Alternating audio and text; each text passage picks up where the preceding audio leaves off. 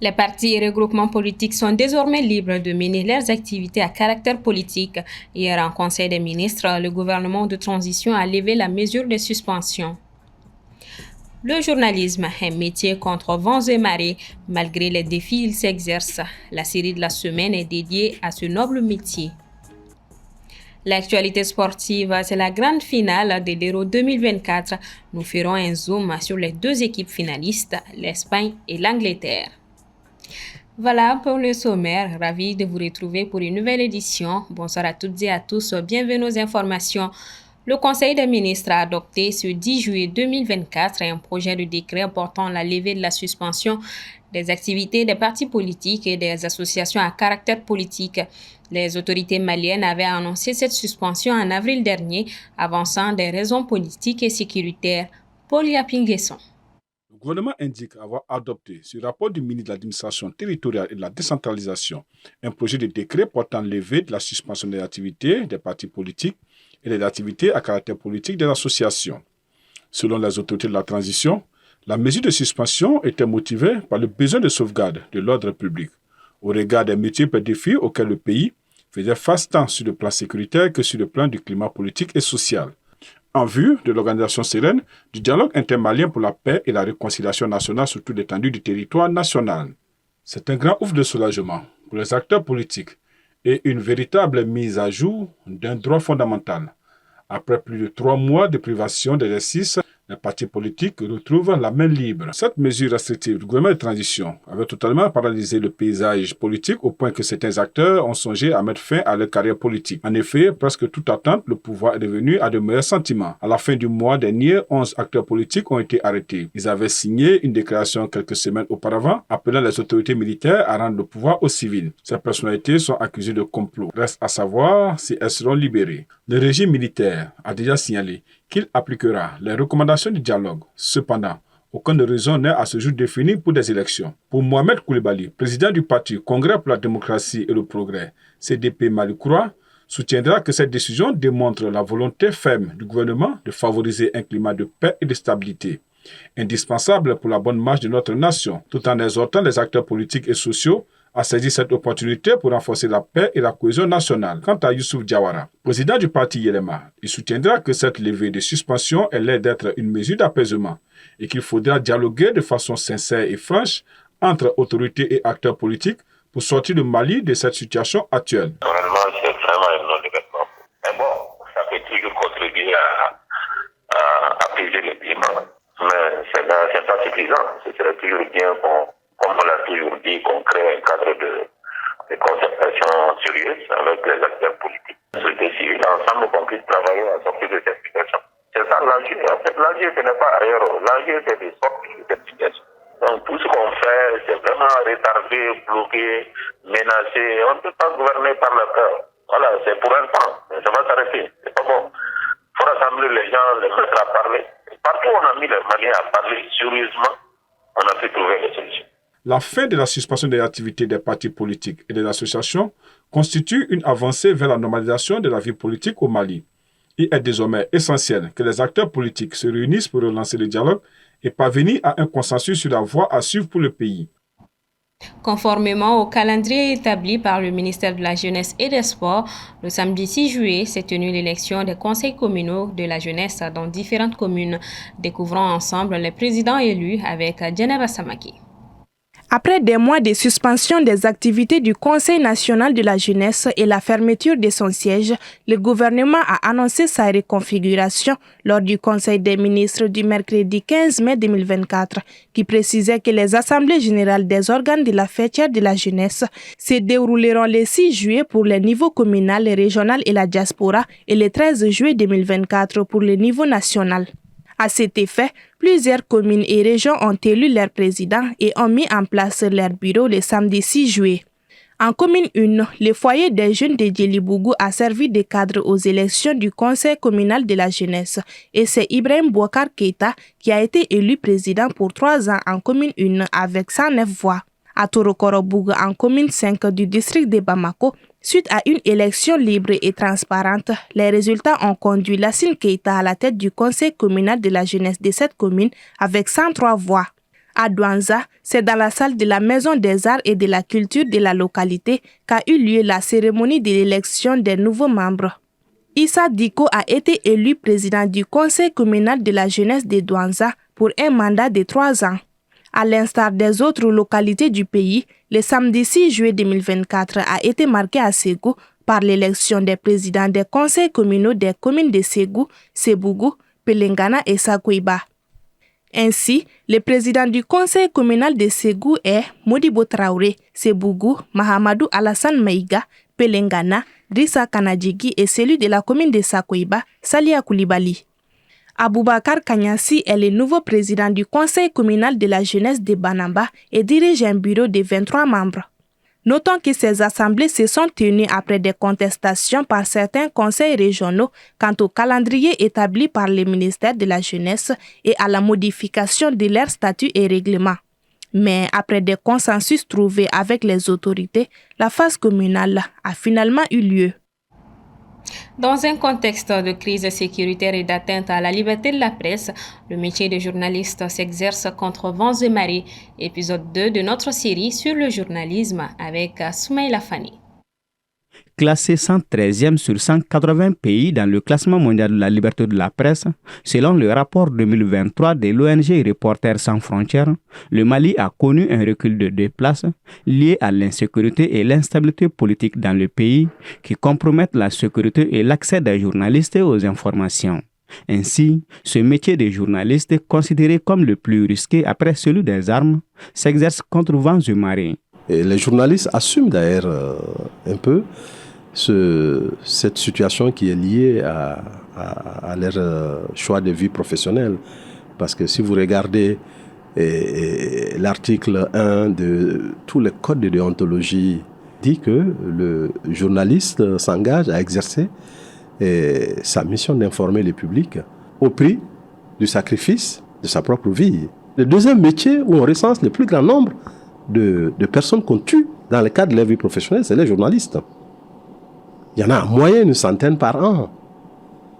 Parce que vous avez approché des sujets où vous vous êtes trouvé dans des théâtres d'opération qui sont des théâtres dangereux. Au-delà de l'aspect sécuritaire, les journalistes sont souvent sommés de ne pas traiter des sujets ou de soutenir au nom du patriotisme et des intérêts supérieurs de la nation. On demande plutôt de faire son travail de façon professionnelle parce que c'est cela aussi qui va bénéficier même au pays. Vous ne pouvez pas dire que vous êtes un patriote et mentir. Vous ne pouvez pas dire que vous êtes un patriote et désinformer.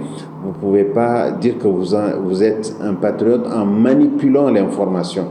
Vous êtes un patriote quand vous donnez la bonne information susceptible de faire évoluer les choses. L'enseignant qui va en classe, il y a des risques.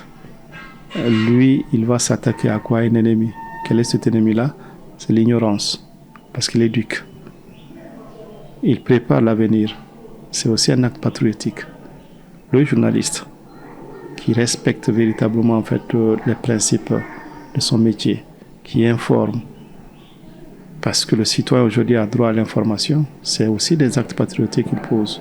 C'est-à-dire chacun, en ce qui le concerne, dans son domaine professionnel, parce qu'il le fait bien, il pose des actes patriotiques.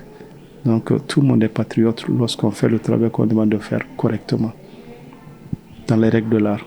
Face à tous ces aspects qui entourent le métier, il souligne que la meilleure protection pour les journalistes est de faire son travail conformément à l'éthique, à la déontologie et à la morale professionnelle.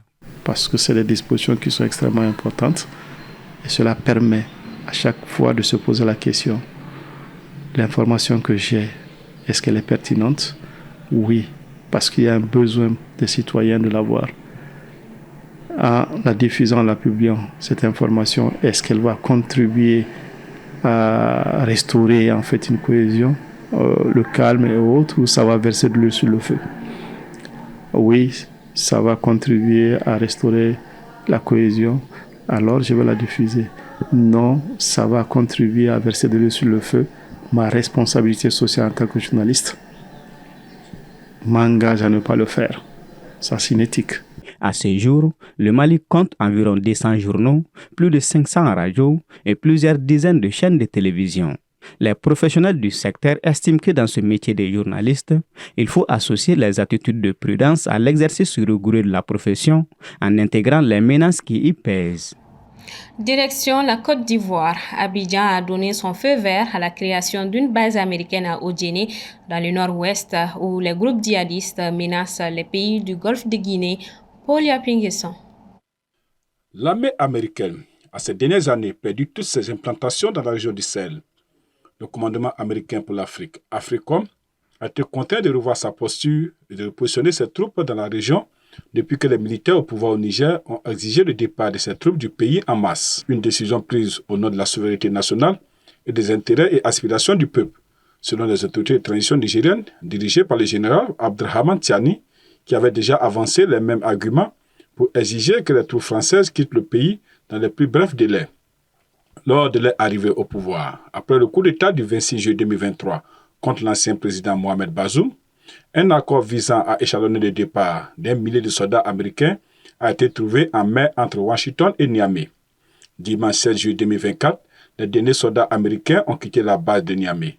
Leurs frères d'armes de la base aérienne 201 d'Agadez, où sont notamment installés des moyens de surveillance aériens et des drones de combat MQ-9 Reaper, leur emboîtera le pas d'ici au 15 septembre. Ces dernières années, le Niger constituait une place forte des États-Unis en Afrique et occupait une place stratégique dans leur lutte contre Al-Qaïda, l'organisation État islamique au Sahel et au Sahara. Abidjan a noué en effet une étroite coopération militaire avec Washington. Les deux armées effectuent régulièrement des formations conjointes contre le terrorisme.